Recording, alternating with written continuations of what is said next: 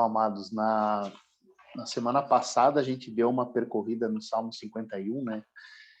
E o Espírito Santo colocou aqueles passos para a gente, de arrependimento e quebrantamento e aquilo que Davi buscou diante da face do Senhor.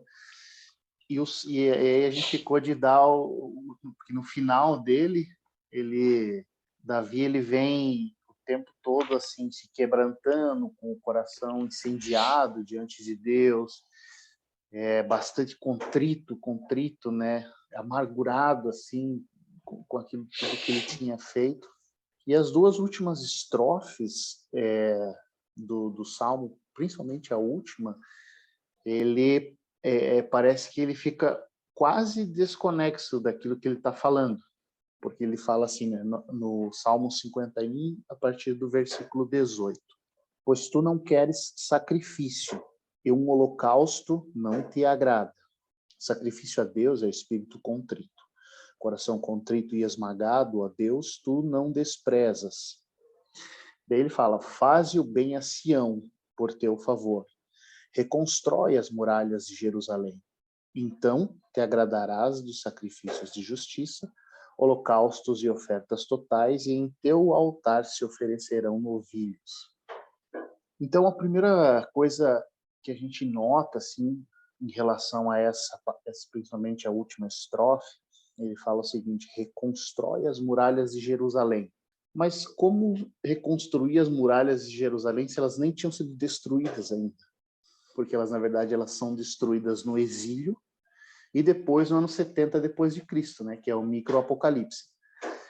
Então, a gente começa a perceber que, principalmente, ele fala aqui, esse salmo, essa última estrofe é uma estrofe profética. Então, ela está se referindo a Jerusalém celestial, aquela que desce dos céus. Ela faz jus a Jerusalém terrena, porém apontando para Jerusalém celestial, porque ele está falando de coisas futuras, né? Então, uma das coisas que, em comunhão com o Espírito Santo, assim, foi muito incrível a forma como aconteceu, mas algumas ligações. A primeira ele fala aqui o seguinte: no versículo 18, parece que tem um contrassenso aqui, porque ele fala assim: tu não queres sacrifício e holocausto não te agrada. Daí no versículo 21 ele fala: então te agradarás dos sacrifícios de justiça, holocaustos e ofertas totais, e em teu altar se oferecerão novilhos. Mas como que pode? Se ele fala que o sacrifício não agrada ao Senhor, mas depois que o Senhor se agradará do sacrifício. Como esse salmo, essa parte aqui é profética, aponta para Jerusalém celestial, a resposta de quem são esses novilhos que são entregues em sacrifício está lá em Apocalipse, capítulo 7, versículo 13. Apocalipse, capítulo 7, versículo 13. Um dos anciãos tomou a palavra e disse-me: estes que estão trajados com vestes brancas, quem são e de onde vieram?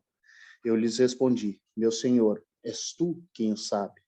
Ele então me explicou: esses são os que vêm da grande tribulação. Lavaram suas vestes e alvejaram-nas no sangue do Cordeiro. É por isso que estão diante do trono de Deus, servindo-o dia e noite em seu templo, e aquele que está sentado no trono estenderá a sua tenda sobre eles. A tenda do Senhor é a Jerusalém celestial, é o tabernáculo, né, que ele vai instituir. Então, esses cordeiros, na verdade, eles não são animais, mas são os cordeiros, os pequenos cordeiros que lavaram as suas vestes, né, no sangue de Jesus, que vem da grande tribulação para servir ao Senhor, e sobre eles o Senhor estenderá a sua tenda. Então, a tenda do Senhor, que é a Jerusalém celestial, faz jus a estes novilhos. Então, os sacrifícios de justiça são aqueles que creem em Jesus, né, e têm o seu coração circuncidado, e podem entrar na Jerusalém celestial. E outra parte interessante que ele fala aqui é o seguinte, ele fala, reconstrói as muralhas de Jerusalém. Tem um texto que fala sobre as muralhas da Jerusalém Celestial, que está lá em Apocalipse também. Apocalipse, capítulo 21, versículo 10. A partir do versículo 10. Então, ele fala assim, ele me arrebatou em espírito sobre um grande e alto monte e me mostrou a cidade santa, Jerusalém, que descia do céu, de junto de Deus, com a glória de Deus. Seu esplendor é como uma pedra preciosíssima, uma pedra de jaspe cristalino. Ela está cercada por uma muralha grossa e alta, né? A muralha de Jerusalém, grossa e alta, com 12 portas.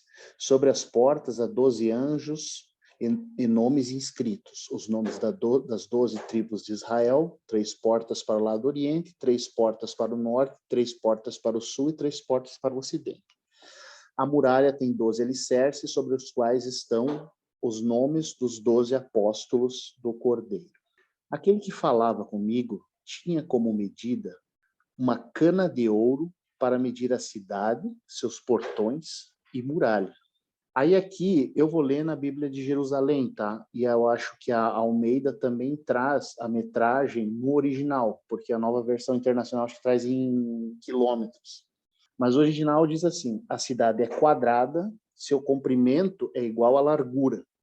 Mediu então a cidade com a cana, 12.000 estádios. O comprimento, a largura e a altura são iguais. Mediu também a muralha, 144 côvados.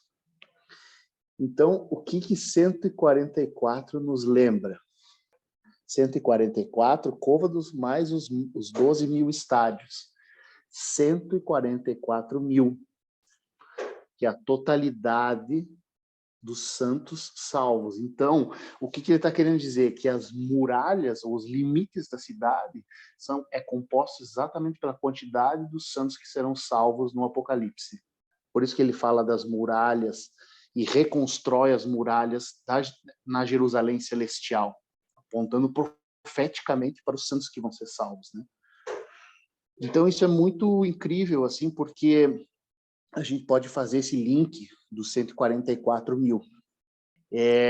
Aí, a gente volta ali para Apocalipse 7, versículo 4, que é justamente onde ele fala. Ouvi, então, o número dos que tinham sido marcados, 144.000. Aqui na Bíblia de Jerusalém tem uma nota de rodapé que fala justamente, quadrado de 12, entre parênteses, número sagrado, multiplicado por 1.000, a multidão de fiéis de Cristo, o povo de Deus, o novo Israel. Justamente os 12.000 estádios, quadrado perfeito, e os 144. Então, na verdade, a noiva do Cordeiro que desce ataviada é justamente a cidade que ele preparou para todos os santos, né? Aqueles que vão ser salvos pelo sangue do Cordeiro. E aí a gente fica... uma das coisas assim que eu fico mais maravilhado e uma coisa que consome muito o meu pensamento, consome muito assim a minha imaginação, o meu coração incendeia, como vai ser a chegada dessa Jerusalém celestial. Então, agora que a gente já fez esse link do Salmo 51 com a Jerusalém celestial, eu gostaria de ler alguns versículos que falam sobre como vai ser essa Jerusalém celestial, porque eu acho que isso é algo que quando entra no nosso coração, assim, definitivamente, aquilo que Deus começa a preparar para aqueles que obedecem, para aqueles que buscam, é uma coisa tão grandiosa e tão magnífica que quando são coisas que quando entram no coração da gente, é quase como um virar de chave, assim, sabe? Porque eu não... É claro, a luta contra o pecado ela é sempre diária, mas aquela mudança de consciência, quando você imagina essa Jerusalém celestial e esse local que nós vamos habitar em nome de Jesus, é algo, e quando isso começa a se tornar real na nossa vida, é algo que sabe, muda a nossa percepção em relação às coisas. Então, o primeiro texto que a gente vai ler, são 5 textos, aliás, curtinhos. O primeiro, são 4 que estão em Isaías, né? Isaías, ele fala, Isaías é maravilhoso, ele fala muito sobre tudo. Isaías capítulo 51. Isaías 51, versículo 3. O Senhor consolou Sião, consolou todas as suas ruínas. Ele transformará seu deserto em um Éden. Nele, suas estepes em jardim do Senhor. Nela se encontrarão gozo e alegria, cânticos de ações de graças e som de música. Então você começa a imaginar que lugar, né? A Jerusalém celestial, o som da música, os louvores, né? Gozo e alegria, justiça, sabe? Isso começa a tomar conta, assim. Imagina que lugar é esse? Ele transformará seu deserto em um Éden, né? Não está dizendo que ele vai restaurar o Éden original ali, mas ele vai nos dar uma percepção de como era o Éden naquele lugar. E aí tem outro texto que também está em Isaías, estamos em Isaías capítulo 65. Isaías 65, versículo 17. Diz o Senhor: com efeito, criarei novos céus e nova terra. As coisas de outrora não serão lembradas, nem tornarão a vir ao coração. Alegrai-vos, pois, e regozijai-vos para sempre, com aquilo que eu estou para criar. Eis que farei de Jerusalém um júbilo, e do meu povo uma alegria. As coisas de outrora não serão lembradas. Todo o nosso sofrimento, a nossa dor, a nossa renúncia, tudo aquilo que a gente passa vai valer a pena. Não será nem lembrado, nem tornarão a vir ao coração. Versículo 19. Sim, regozijar-me-ei em Jerusalém. Sentirei alegria em meu povo. Nela não se tornará a ouvir choro nem lamentação. Já não haverá ali criancinhas que vivam apenas alguns dias, nem velho que não complete a sua idade. Com efeito, o menino morrerá com 100 anos. O pecador só será amaldiçoado aos 100 anos. Os homens construirão as casas e as habitarão, plantarão videiras e comerão seus frutos. Já não construirão para que outro habite em sua casa, não plantarão para que outro coma o fruto, pois a duração da vida do meu povo será como os dias de uma árvore. Meus eleitos consumirão eles mesmos o fruto do trabalho das suas mãos. Não se fatigarão inutilmente, nem gerarão filhos para a desgraça. Aleluia, glória a Deus, porque constituirão a raça dos benditos do Senhor, juntamente com seus descendentes.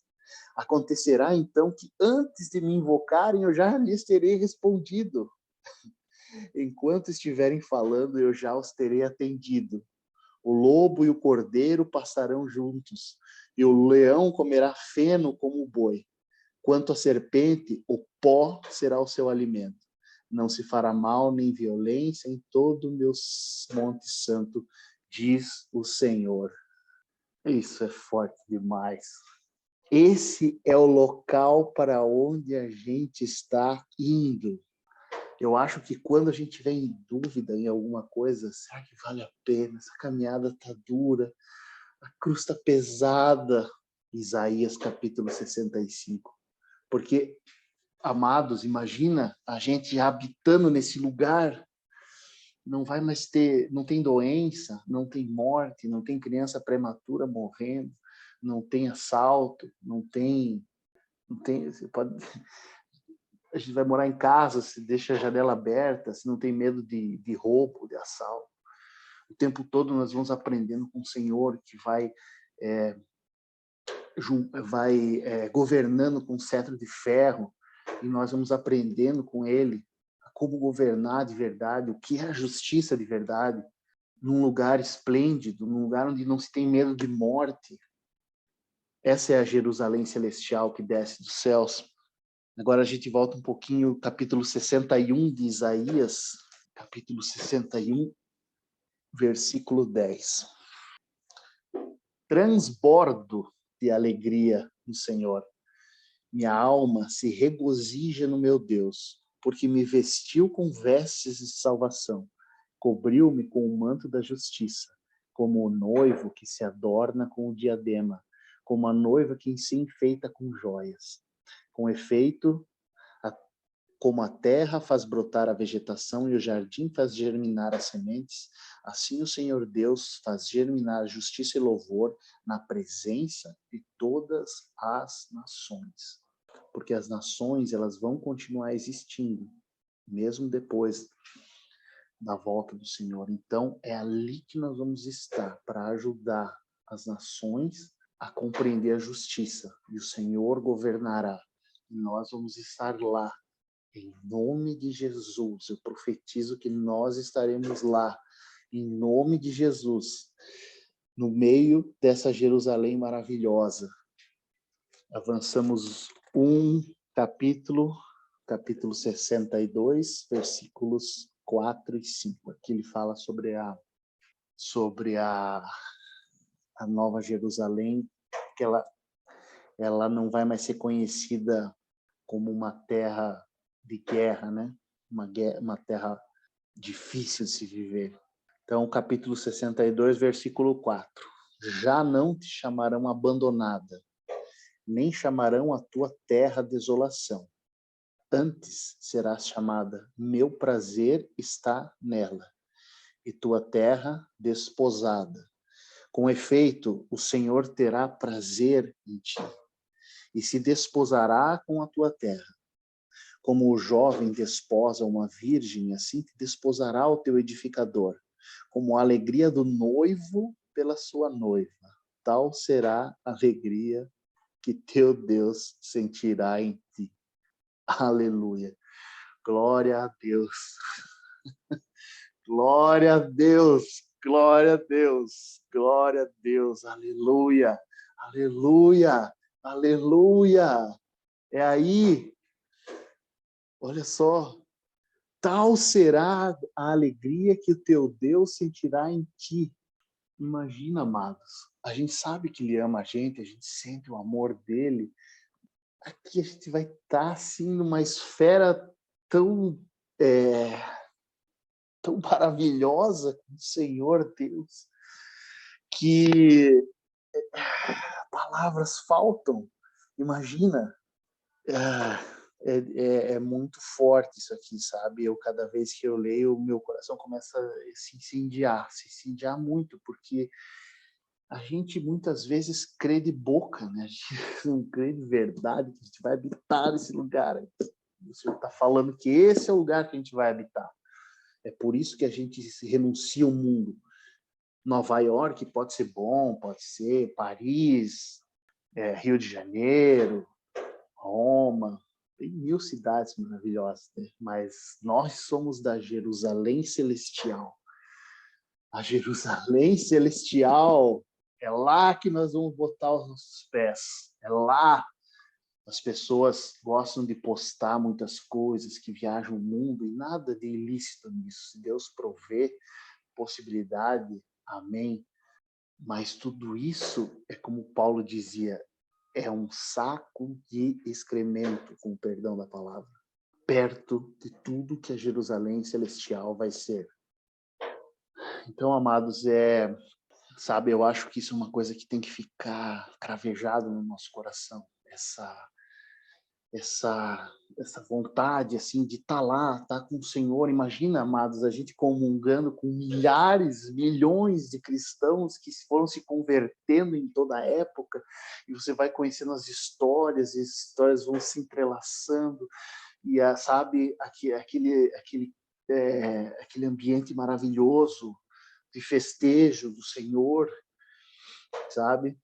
Então, é algo muito profundo a profecia da Jerusalém Celestial. O último texto que eu vou ler, vamos voltar para Apocalipse, capítulo 21, que é um texto clássico também, mas merece ser passado. Apocalipse, capítulo 21, versículo 24. As nações caminharão à sua luz, e os reis da terra trarão a ela a sua glória. Suas portas nunca se fecharão de dia, pois ali já não haverá noite. E lhe trarão a glória e o tesouro das nações. Nela jamais entrará algo de imundo, e nem os que praticam abominação e mentira. Entrarão somente os que estão escritos no livro da vida do Cordeiro. Então, amados, somos nós que estamos inscritos no livro do Cordeiro, pela graça de Deus, pelo sangue de Jesus que se entregou no madeiro, que nos proporcionou poder viver nesse lugar aqui. Todo dia nós levantamos, é difícil acordar cedo, trabalhar, tem as nossas lutas, tem gente que tem muito mais dificuldade, as coisas às vezes não acontecem, e nós desanimamos, nós murmuramos, e Deus nos perdoa porque é misericordioso, mas eu fico pensando, Deus, imaginando a Jerusalém celestial, e falando, se eles soubessem, tudo que há de vir, não murmurariam tanto. Mas a gente é muito fraquinho, né? Então a gente continua num nível, às vezes, de superficialidade. E ali no capítulo 22, só ali um capítulo para frente ali, versículo 3, nunca mais haverá maldições. Nela estará o trono de Deus e do Cordeiro. E seus servos lhe prestarão culto, verão sua face. E seu nome estará sobre suas frontes. Já não haverá noite. Ninguém mais precisará da luz da lâmpada, nem da luz do sol. E aqui eu me lembro daquela passagem de Pedro, quando ele fala que os elementos vão se desfazer, nem precisará de sol. Isso é uma coisa interessante, porque, pensem comigo, uma das maiores seguranças do ser humano é que amanhã o dia vai nascer, que hoje vai anoitecer e amanhã o dia vai nascer. Então, os poderes celestiais, eles são muito seguros. Imagina quando eles forem abalados. E aí, como é que vai ser? Sabe? Porque amanhã nós vamos dormir hoje e nossa certeza é que amanhã o dia vai estar claro, pode estar chovendo, um pouco mais escuro, mas o sol vai estar lá. E aí, quando não tiver sol mais? Quando os elementos químicos se desfizerem por causa da volta do Senhor, e os nossos corpos transformados, e toda aquela tabela química das aulas de química, tudo aquilo, e aí? Que segurança? E nós vamos estar aqui, onde será o novo sol, porque não precisará mais. Porque o Senhor Deus brilhará sobre eles, e eles reinarão pelos séculos dos séculos. Glória a Deus. Glória a Deus. Amados, era um pouquinho mais curto hoje, porque era o complemento do nosso papo da semana passada. Mas era isso, sabe? Então, na verdade, o Salmo 51, ele se completa com a Jerusalém Celestial, porque quando ele começa com o clamor de Davi pelo perdão do pecado, e é o que a gente deve fazer quando a gente peca, ter na nossa mente que haverá um lugar que já está preparado para nós, para que a gente possa andar um caminho mais reto, numa comunhão maior com o Senhor, com os nossos olhos nesse lugar, né? Não é fácil, claro, as tribulações do dia a dia sempre vêm e muitas vezes a gente bota os pés pelas mãos, mas eu acho que são textos que vale a pena, quando as coisas estão difíceis, a gente ler, fechar o nosso olho, pedir para o Espírito Santo, me leva lá, para que isso comece a fazer parte do nosso dia a dia e se torne real, verdadeiramente real. Não só ler, porque é bonito, é lindo. Claro que o texto não tem o que falar, né? Ele é esplendoroso. Quando esse texto entra no nosso coração e isso começa a partir para a nossa consciência, então é uma coisa, né, gigantesca que acontece dentro de nós. E eu acho que tenho certeza que a nossa esperança tem que estar nessas coisas, em a gente estar nesse lugar com os nossos irmãos. Imagina, a gente está lá relembrando o Tropa de Elite de uma segunda-feira chuvosa, irmãos. Lembra quando a gente falou da Jerusalém Celestial? E agora a gente está aqui.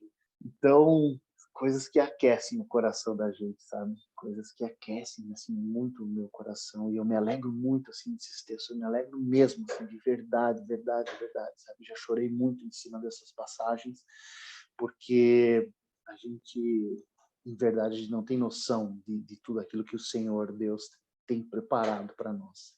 Beleza, queridos? Seria isso a palavra de hoje. E amém. Que a gente possa manter o nosso pensamento e os nossos olhos no Senhor e nas promessas dele.